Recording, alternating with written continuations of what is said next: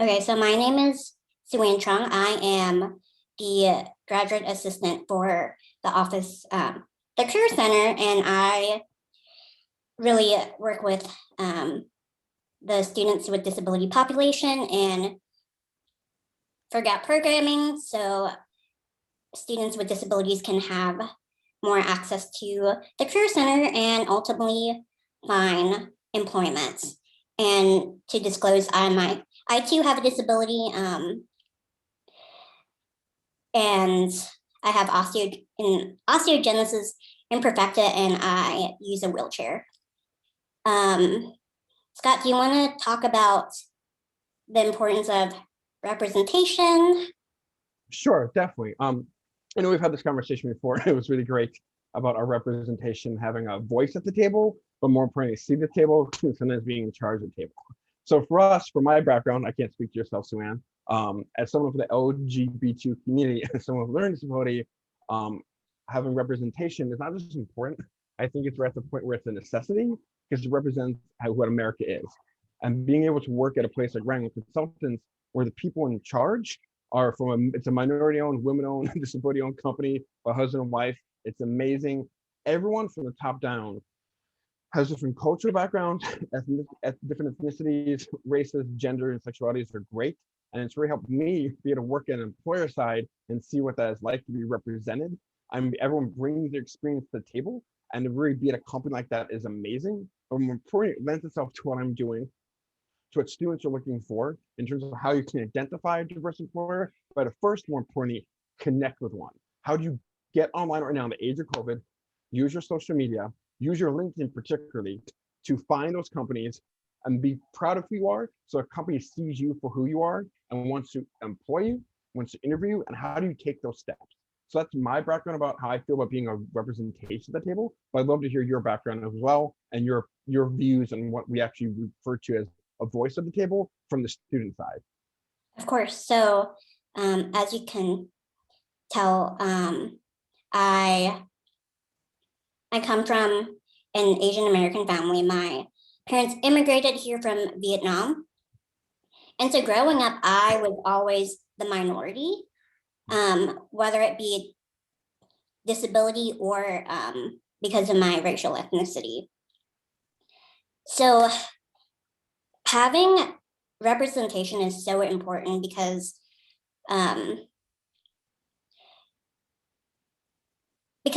you just don't know what you don't know, right?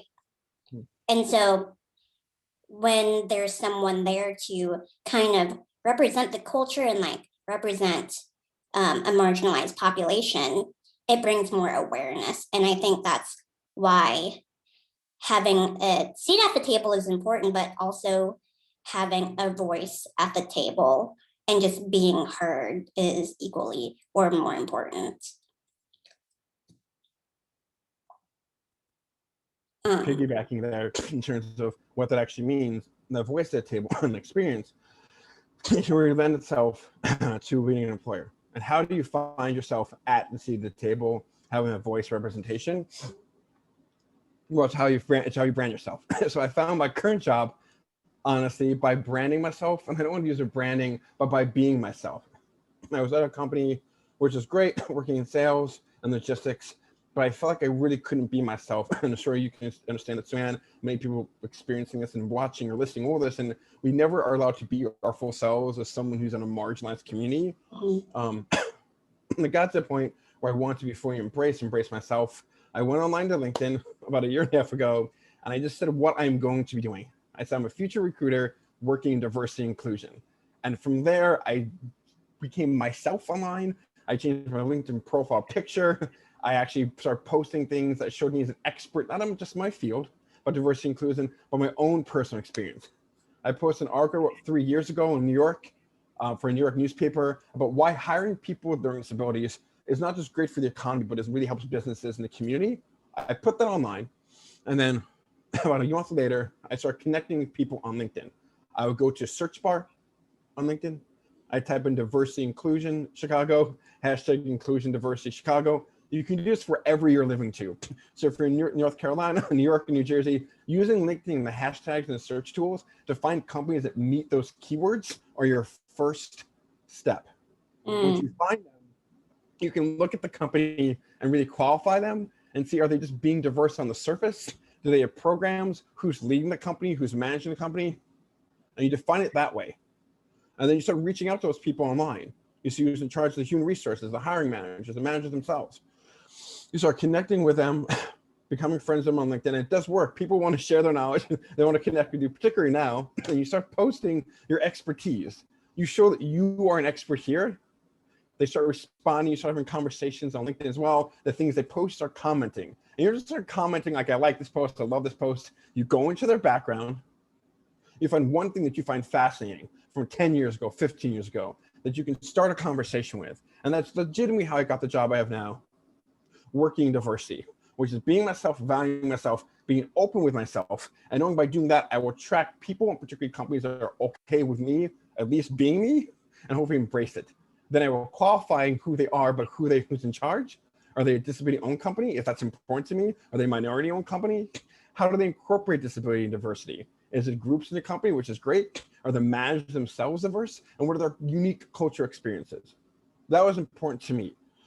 So it's branding yourself, connecting, being expert, and qualifying what is important to you in diversity and inclusion. And from that, someone reached out to me from my company, Wrangle Consultants, and started connecting with me, Tracy. We started talking, and it became very clear that they were a good fit for me.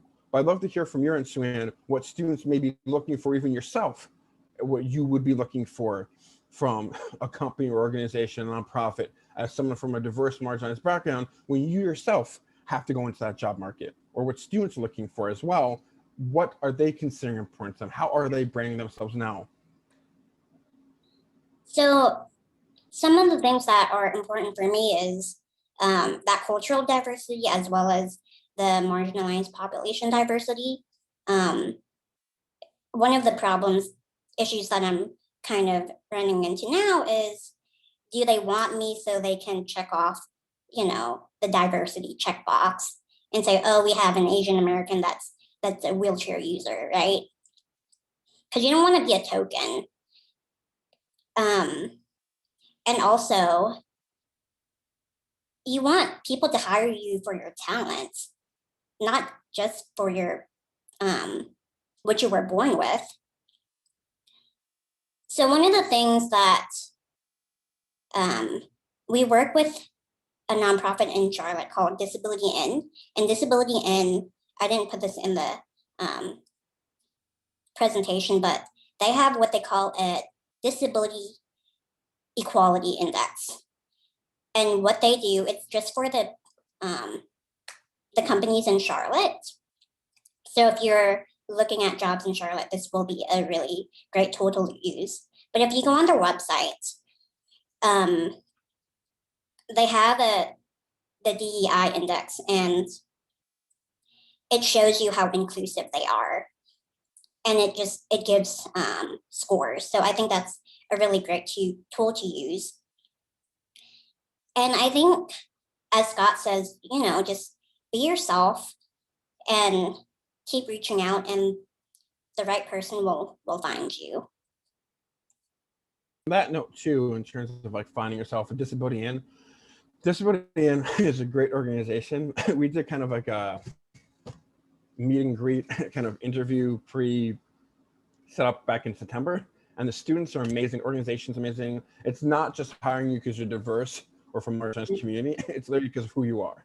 Right. So Disability is a great organization nationwide. They're everywhere, like Xuan says, and they're really great to kind of, as a student with a disability or marginalized community, really get involved with if you can, because I really do think they care about who you are and what you actually can do for a company because of you, not just because of your disability. On that note too, I wanted to ask Xuan, how have you, I don't want to say we're branding yourself, but how are you being yourself in school, in the workplace, and how do you see going forward? I know once you graduate, and how are you going to represent yourself? Because you yourself, we've spoken before, you have very specific goals that are amazing, like really great. How do you see yourself being able to, one, like you said, represent you and that talent? So you're hired from as Xuan, this amazing person who wants to really change the marketplace I don't want to say because that's you'll say, but it was really fascinating to me that you really want to bring this idea of rehiring people to not just here but abroad. How are you going to represent you when you get hired, and what are your qualifications for a diverse employer? Like what, I mean, we talked about like not just hiring for diversity, but what does that mean to you? Because for me, I think it's similar. I don't want to just be a token. Yeah. I don't want to say you're a diverse employer, but diversity everyone's diverse. It's been like this since we've been born for centuries. So to me, the idea of diversity inclusion is not just a fad or trend, it's gaining traction, but it's who we are as human beings, as America.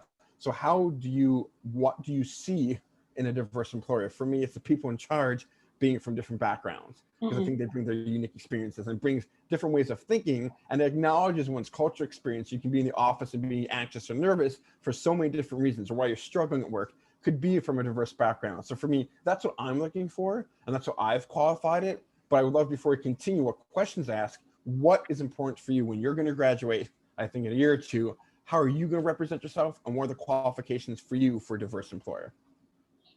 Yeah, thanks for those questions. I think, we talk about authenticity a lot here at the Career Center, and it's becoming one of those buzzwords, right? Definitely. Be your authentic self. And honestly, like if people can't handle me, I mean, I don't have a really strong personality, but like if people don't appreciate me for who I am and like what I value in my belief systems, and they just want to hire me just to say they have it, they have someone diverse, I don't want the job. And I think one of the key things for me is, does the company embrace independence for people with disabilities? And not only like are they inclusive and like have diversity within their company, but also are they willing to change? Are they willing to try new things? Are they willing to learn? Are they curious as a culture? Because the way things are now, the way that the system is set up, it's not made for people with disabilities to succeed. And so they have to understand that if I'm going to come in as a disabled individual, I'm going to bring awareness of the gaps that they might have. So a lot of the times people will this is a policy that kind of gets me. People will have on this like the job qualifications that you need to have a driver's license. Well, if you put that as a qualification, that really eliminates a large part of the population that A, are not able to drive, or B, can't afford to drive. And so, if the position is a truck driver, then of course that's reasonable. But if it's, a consulting position or like an office position, is that necessary? Is that a requirement that needs to be on there? And so there's like kind of the few things that I really look for is how accessible are they making the I'm losing my words, the hiring process, and the culture itself. Are they willing to be open and be innovative? Culture too is very important to me when looking for interview process. When I was hired, it was great. I have dysgraphia, so I have trouble with lines, graphs, and charts. It's just like how I am, and that's not going to change. So it's the biggest fear for me is I was at an employer who honestly just had the best, but like oh, we get it. The screen, like they use these systems for sales, and they all looked at it like, oh, okay. It's left for me to look at for themselves, like the managers. But for me, it's not like that's not my experience. It's like this is just my brain is wired. I can't track my eyes back and forth. It's difficult, no matter how much it made difficult for them to kind of, there's so much stuff on the screen. It's just completely different. And so I found my new employer, Wrangham, and we started training this guy named Prashant. It was amazing. I said, hey, you start putting things in charts and graphs. I said, Prashant, like I was very anxious. I said, look, I need this like in Word document. I said, this graph. He goes, no problem, Scott, no problem. Within 2 seconds, went in, we're doing it virtually, went in, legitimately went to Word doc and started typing the same stuff and started typing it for me. So I didn't have the anxiety and fear that I couldn't do the job. That's just what I needed. So for me, in terms of accessibility, you're mentioning driver's licenses, which is something I never thought. But he was able to kind of adapt and be accessible for me because it's just one thing that isn't even that big of a deal that I just need to operate like full potential. Right. So for me, in the hiring process, I was very upfront with who I was, very upfront, did research on the company, who they're hired, and even through the process, I talked to everyone in the company. It took like 3 or 4 weeks to go through this process. I spoke to someone in Divya who was amazing, and spoke with the people that they had in the office, like who was also autistic, who was amazing. And the way they spoke about the people they worked with wasn't just, oh, this is our artistic coworker or disabled coworker. It was, this is so-and-so who has this beautiful, amazing mind. She didn't even refer to him as being disabled. And it was amazing to me to see how they spoke about their coworkers and how they were just a part of their team, because they are, and we are. So for me, that was such a qualifier, like who's in charge, who's managing me has a diverse experience, and as a team. Our team at Wrangham, legitimately, is a lot of people in charge are women, which is amazing, from diverse backgrounds. So you're automatically coming from the top down. Many people who have diverse backgrounds, ethnically, culturally, religious, who are bringing their experiences and can see different ways of someone experiencing something, even if they don't maybe have the same experience, they can have the empathy to go, okay, this person's feeling like they're not being listened to or heard. I know what that feels like being from this background. What do you need? And the many times I've been asked that since I've been here has been so great. And that to me is when I go for an employer, how are you, who's in top, who's in charge? How will you accommodate me for this? Not accommodate, what will you do in this situation? Because I want to know. When I have to, what will you do when I need to do in a Word document but not Excel? So for me, I specifically narrow it down from who's in charge, who's at the top, how accessible it is, but giving those situations, see how they react. You can see if they've ever even been in that situation. You know, like what are you, if you know what you're going to need in that workplace, you can ask specific questions about making it you and your disability, but them and their process. What is their process to deal with you? Even no matter who you are as an employee, whether disability or not, you know what you need, whether you're in a wheelchair or not, whether you have ADHD or not. Everyone has a different learning style and way of operating. You need to ask that employer, give them situations that you know have been difficult for you or that you know you're going to need, give them the top 2 or 3 and see how they react. And that's where we worked for me too. Once I knew they were diverse and that it seemed like they were really passionate about it and they incorporated it, I'd ask, how are you going to, I need to walk around more. I have ADHD. So I knew how they were going to respond by when they responded to my article, how they talked about who I was, and also what do you need? And the technology too. A great example is that we used something called Salesforce. We were doing things in Excel.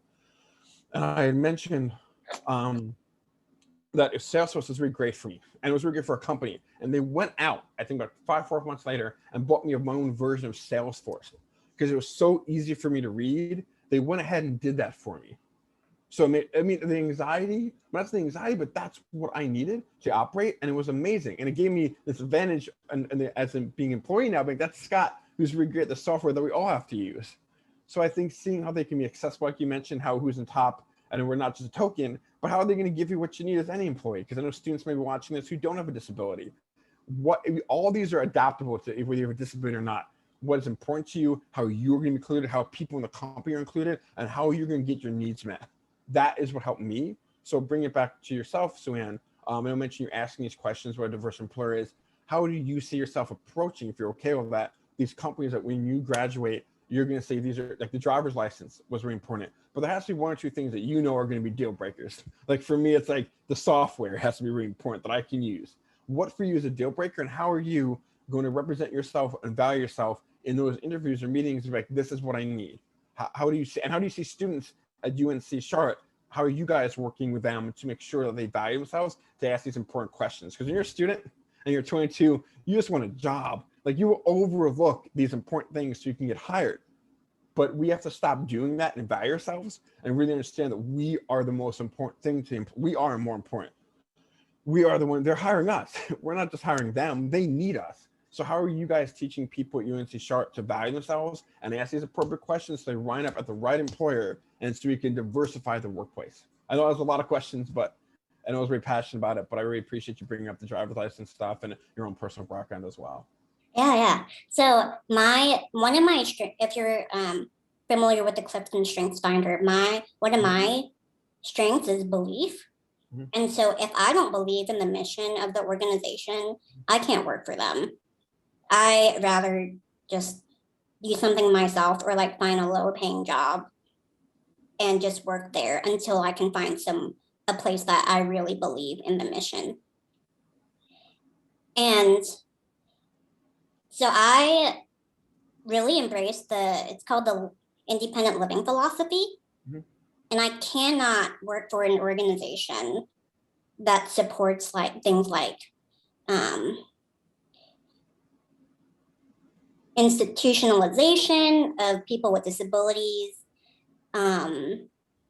supporting like sheltered workshops. And so I think the attitude of the culture and their attitude of what people with disabilities is really important. Mhm. Is it to keep them like in a state of dependence, or is it to make themselves unnecessary and put themselves out of business for people with disabilities to be independent and be fully inclusive in society?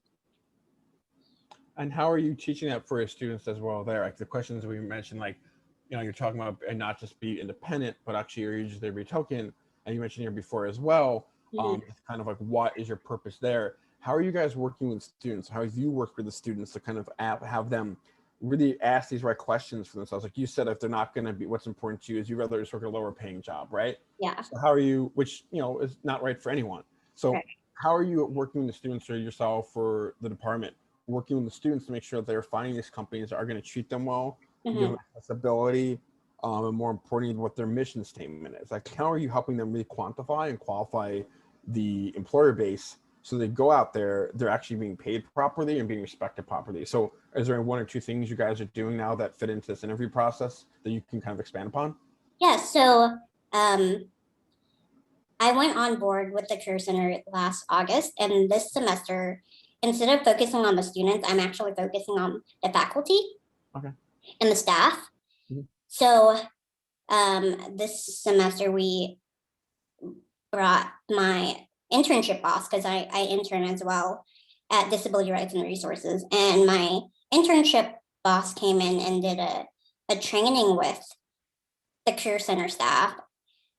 And so I really believe like, and side note, I'm also working on a lot of resources, putting together training manuals and guidebooks so that the Career Center can have and reference. And so I think really equipping the staff so that they can go out and equip the students has been the focus, and that's kind of where we are right now. Aside from that, we have a program called Communability, where it's for graduating seniors and juniors. Graduating seniors, sorry, who are about to graduate from the university, and we pair them with who identify as someone with a disability. And so we pair them with a mentor that's kind of on the same career path. And we hold professional development workshops, and the mentors get to mentor the students, and they get to ask the mentors, questions on, when do I disclose during the interview process? How can I leverage my networks? And a lot of the times we try to find mentors who have disability so that they have that common ground too, but it's not all the time that we get that. So it sounds like to me what you're doing is mentoring, working with faculty Mhm. who work with the students. So when they go for job interviews, one, the faculty is aware of what these students need, their backgrounds, and they can go to employers and use that experience that they've had with the faculty and almost mimic it in their interview process with the companies. So Yes. that's really, really great. I mean, I think, we talked about the interviewing disabilities, the questions asked. One thing I think is important, or what qualifying and quantifying is important. I think we talk about how do you be open with a disability. For Mhm. myself, that was on my LinkedIn page, and the company I found, legitimately, we hired people with disabilities. So I Right. got really lucky, and I wanted to do that. So for yourself, as a student, and if you're working with students, how are you working with them to actually be open with a disability? They have a right to be, as you know, they can be, but there's also great fear because there's different ways that you can be open and still be marginalized. Or say, I need this to make it harder for yourself. We've all experienced it, right? I have experienced it growing up. I'm assuming you may have, any people watching this, in various different forms, overtly, Mhm. not overtly, even not intentionally, but they all add up to this idea, I need this, like, oh, we can't do this because everyone has this. Or we need a chair. Like I have fibromyalgia, like the chair is always and had been very important to me. Very important, because you can come in there and be very uncomfortable. Being able to sit there for a really long time and make phone calls or do any work is really hard if you're in pain, and that chair can make a difference. I got lucky at a previous company that I worked for where they were really great with that. But then there's been companies I've heard, people that I know, where the most basic thing like that can happen, and it really causes so much suffering. So how are you guys working with the students to ask for those small things too, to accommodate I have ADHD, I have fibromyalgia, I myself may be in a wheelchair. One, I'm assuming all of us who are here are going to be very upfront with that. But how have you gone about, or telling your students to go about being open with their disability? There's many different ways to do it. Like you said, you can ask different scenarios about how would you deal with this type of situation, or how you, what type of work do you have? Because if someone's like you, like myself, they need more breaks. They need to move around more, so you can just see how they do it. But sometimes you want to be open because that's who you are. So how are you working with the students and the faculty working with students to be like, hey, are you telling them to be open up at the get-go and be upfront and be like, this is what Mhm. I have, so you don't have to waste your time and your value and your time to really go through interview process and find out by the end they're not going to hire you or it's not the right fit? What are you guys doing to instill that in the students, that they can actually find employers that are diverse and inclusive, but are still going to accommodate for those small things that are important? Because diversity and inclusion isn't just how we look or how we think. It's those very small things that could be big. Like you have an accessibility, me having accessibility for software. I will tell you that's just, if not important, as if more important, is having the right software for me so I can read properly than the company saying they're diverse. So if there's any, what are you guys doing to help those students to be open and get their accommodation? Yeah, great question. So one thing last year that was really a hot topic in communicability was this idea of disclosure. When do you disclose during the interview process? And the short answer is it depends. Mhm. If you have an invisible disability, a disability that people can't see, you have a choice. You don't have to disclose. If you have a visible disability, it's a good idea to acknowledge it so that you you can have open conversations with the interviewer, and just so it won't be so awkward. It sounds Um, like you guys are being open with, that's pretty much up to the individual themselves in terms of how they want to portray themselves. Like it's mhm, being almost not telling someone how they should identify and accommodate. But if you're Mike and you have ADHD, it's up to you to say it because it's your life and it's how you want to be treated. That's what it right. sounds like to me. I Yeah. think that's how, and I think you mentioned this too, like being hired just for disability is this fine line, like, are you being hired for you or not? So do you disclose or not disclose? I don't know about you, but I think being at the place where like we don't even have to do that at some point, where it's like what being asked, what do you need as an employee, would be really great. How can we get to that place where diversity and inclusion is not just a business strategy, but it's because everyone is diverse and inclusive. No one person is the same. No matter if you're in wheelchair or not, whether you're ADHD, we all think differently, we all operate differently. There is no one standard of learning or operating. So for me, how would I research those companies? That the last question here is that what is their background? What do they see themselves in the future going? Is diversity inclusion something that's going to incorporate like another thing that was 10 years ago, like a new software system? Or is it literally like an actual part of their being and how they operate? So for me at Wrangham, it wasn't something I said, oh, they're like, oh, this is another component. It is, but it's who they were because they themselves we're in those positions. And it's really important for me to know that like I can move forward with a company that where you can say I have this or I have that. It okay, great. What do you need? And they actually want these conversations. And we're hiring people with disabilities and autism spectrum or veterans or people with disabilities. We want to continue doing it. The only way to do that is working with diverse suppliers in many different companies, and we're educating them on what they need. So it is this dialogue going around that we mentioned before about people, how they disclose, how they be open. And it'd be great to the point where we have so many people working in the office space where they're autistic, ADHD, have physical disability, where it becomes so normal, quote unquote, that we can just ask people what they need. So for me, that's really important. How can my company be at a place where we're going, oh, we have a textbook now for this. Not maybe that's word, but we know what to do with someone who operates this way or thinks this way because we've done it so many times because this is our company. That is what I want to see at a company, is that they are if they haven't dealt with me, they want to, and they want to know how to deal with someone else because they want me to bring me in and give me a voice. And I've been given a voice in my company as well, not just here you go, do this. We've tried different things. It's a team collaboration. I can say I have an idea, you can take the lead on it. Not because I'm Scott with this disability, I am Scott. And that is a big difference for me, as you mentioned before. We're not tokens anymore. We're just Scott and Xuan. We're in your office space.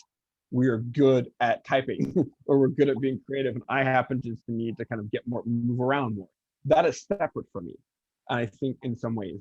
And so it's like, it's a part of me because I exist and I walk around, but how do the companies that I work for, maybe you work for, the students work for, accept someone for who they are, get those qualifications down, give them a situation where you're going to see how they react. Like you mentioned, for me, like if I said, hey, how does it look like here? Someone's creative, they want to work around, get some time themselves, get a break, get some coffee. Those are very simple questions you can ask.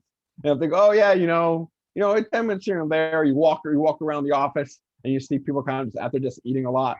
Like that's everyone's doing that. You go, if these people aren't going to get breaks, I'm going to need a break. If I ask for accommodation, I can. But I have to ask myself, how important is a break to me? And how much I'm going to have to fight for it here? And so those are things you can qualify for me. I see the chairs. This is great. What is more important to me now? Is the software more important? I have my qualifications that are going to be really big deal breakers, as I'm sure yourself is. So you have the company that includes you, the accessibility, how they deal with it, and then how they see everyone being incorporated in the company in the future. So I feel for me, I think, we've addressed those, my background, my story, our story, more importantly, how to qualify it, how to look for companies. We spent a lot of time on the diversity because looking for it is a great part. Having that resume is important too, but we're in the age of COVID now where you're networking online. Your resume is so much your LinkedIn as well. People can see your brand, they can see your background. Use that LinkedIn to your advantage. And on top of it, you're in classes. I myself took classes outside of my last job at a place called Future Learn, where you can take classes from big universities. I took one from Purdue, but diversity inclusion, and they were legit courses. Like they're 2 months, very in-depth, quiz, tested, and it helped me so much to show that I'm not just Scott with disability. I want to be involved in the disability world. I've done things outside of it by speaking at schools, giving community resources. When I spoke with the National Alliance on Mental Illness for kids with disabilities and students, that's personal. Now I'm showing you that I'm also taking professionally by taking classes. So you may be in school, but what professional organizations are you involved in? Not just at school, but if there are in the community, not just volunteering, what are you doing within your community to show you're interested in this field? Whether it's accounting, finance, biochemistry, sports, film, TV. What are you doing at school, but in the community to show that this is not just a passion, but it's who you are?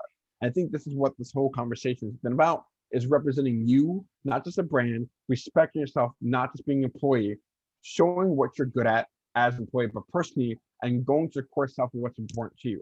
And you can bring that to LinkedIn by looking for the right companies and valuing and saying, no, I want that job, but this company really does not seem to really value diversity. They say, hey, we're diverse. They have some photos on their website. They have a video saying they're diverse, but no one charges diverse. The managers aren't diverse. Is this for me? Then going to the interview process saying, hey, I'm Scott, I'm Xuan, I'm good at this. Great, you can see how they react. You can see maybe how they brought you in. Are you a token or are you not a token? Give them examples of what may happen in the workplace without saying you need accommodation. See how they respond. If they respond really amazing, then you can be even more open and say, I have ADHD. This is, thank you for answering that way. This is what I'm going to need. And this is why, because I'm going to be an amazing, productive employee, because this is what I've done at my school, this is what I've done in the community, and this is why you need me. I think the core of this conversation is us being from marginalized communities, being disabled, and valuing ourselves so the students can value themselves and they will be hired. And if they're not being hired, it's not them. The companies are going to start to realize that these students are saying, no, that's not okay. We need this. And they're going to have to go back and say, hey, these hundreds of students at the University of North Carolina, Charlotte, are saying no because they need this accommodation. They're really good at this. Even if we don't want to, it's a good business decision. We should give them a wheelchair accessibility, or they need a software because these people with ADHD can read it. Even if they don't want to, I think we as the students, or we as employers, employees, have to start forcing the hand of the companies by showing us what we actually want, not what they think that they also need. And they all have great intentions. My company has great intentions too. We all do. But sometimes unintentionally, even myself, I don't know your experience, Xuan, so I may say something or think something, not even think about what you may need. If you're working with me or for me, I may not think about it until you verbalize it. And if you say it, I'll be, oh, well, you need that. Companies just don't know, and like we all don't know. So you have to start making the companies aware, not because you're being antagonistic or haste, because they're going, oh, we actually need this. And they go, oh, they need this. And we want to be diverse and inclusive. It's a good business strategy. It's very simple. The things that we all want in this community are the most basic, simple things. We're not asking you to pay $10, $20 million a year. We're asking you for accessibility, software, a chair, space to move around, things that can be easily done. And most accommodations are under $500. Oh, and some of them are even free. Like, yeah, some of them are free. Like all I need is for you to move a chair out for me. Exactly, move a chair out. I had a similar experience in my context where I had fibromyalgia already and I had restless legs. And a similar employer, they had the desks like really, really next to each other, like these phone cabinets. So you have a desk, big phone cabinet. When I got there, I said, okay, they gave me a space that was big, but I had to move the phone cabinet from here to here on the side. And they were like, well, we can't do that. So I didn't move my legs. And it became a thing where I had to be just a very small thing that's cost effective can be difficulty. But there are, like you said, it was $500, $200, or zero. Moving the filing cabinet, and then I had to make value myself and advocate for myself. And we had to move our desks around. And every 2 or 3 months, they moved the whole office around. It caused great anxiety, as you can imagine. I'd say, no, I have to stay here. And they were, okay, I'm like, I have to stay here. This is why. This is what I have. If I needed to go and like, I have accommodation there, fine. And they had to keep it there. And then we moved across near the end, across their whole entire office space. They literally, my manager came up to me and said, I'm pretty sure you're gonna be very happy with their space. It was at the end of the office, right near our coworkers. There's a giant like podium or kind of like wall, like not statue, but it's like a column that separated me and it gave me so much space that was perfect. And because I advocated for myself and I realized to do it, and the students start doing this, you realize that, yeah, maybe companies don't know what maybe they don't want to know, but at some point they're going to do it because they need to know, they have to know because they're going to be diverse and inclusive. And that company right now is very diverse and inclusive. They have a website for diversity and inclusion. So I think that like once we start showing people what we need, companies are all about the marketplace, right? How they can make money, where it's going. They see this is what's going to make them money. It's good for them. It's going to be good for us. It's a win-win. Let's do it. Let's teach the students to value themselves, ask us accommodations. And like you said, most of them were under $500. I didn't even know that because my accommodations have never cost me money. Like a new chair and moving around doesn't cost money to do that, but it could for someone else. Like you said, I wasn't aware of that. And that's what I'm saying. We're all learning what these things are. I didn't know that it can cost a couple $100. It's actually with under the EEOC, the shoot, I forgot what that stands for. Equal employment. It's equal employment organization. Yes. For employers, employees. I think you mentioned. I'm assuming states that that's what the actual cost is, right? Yeah, yeah. They put out a statistic, so that's a federal organization that does equal employment. So I think we're near the end of the conversation. I think, like I said, for us, we've definitely addressed the idea of valuing ourselves. And anyone who sees this on recording, definitely can reach out to Xuan and myself. But I think this is a great conversation. Hopefully, many more about valuing ourselves as people on this of marginalized communities. I know, more importantly, how we can get what we need. This is the best time. The economy has kind of been flipped upside down. No one knows what to do. We know what we need and we know what to do. We know what to do for many years and what we want. So we're going to come in there and make this is what we need. This is how we need it. And companies are responding. Many of them are, who we didn't think about before, who maybe didn't want to before, and now doing it because they have to. And then by bringing more people like us on, there's going to be a voice at the table. We're going to all start being in charge of the table. And then everyone's working together, diversity, inclusion, whether someone has a disability or not, doesn't mean they can't be empathetic or want to help. They, a lot of times they do. And they're the ones helping making the decisions as well. They just have to find more people on board, and then there's more strength for the students. This is all about the students and the schools, making sure that the students get what they want, get paid properly, get the jobs that they want, and more importantly, being an advocate for themselves and find a diverse employer. And I'm lucky for myself that I have a diverse employer. I know for many people that's hard to come by, or what that actually means to them, but I think things are and have been changing since, ironically, with everything going on. We've been forced to work remotely, virtually. We've seen things kind of come up that were kind of being hidden before, or how people operate, how they work.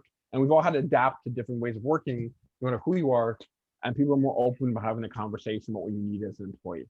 So, yeah, if you have any more questions, or if you have anything else to say, Xuan, I said I what I need to say.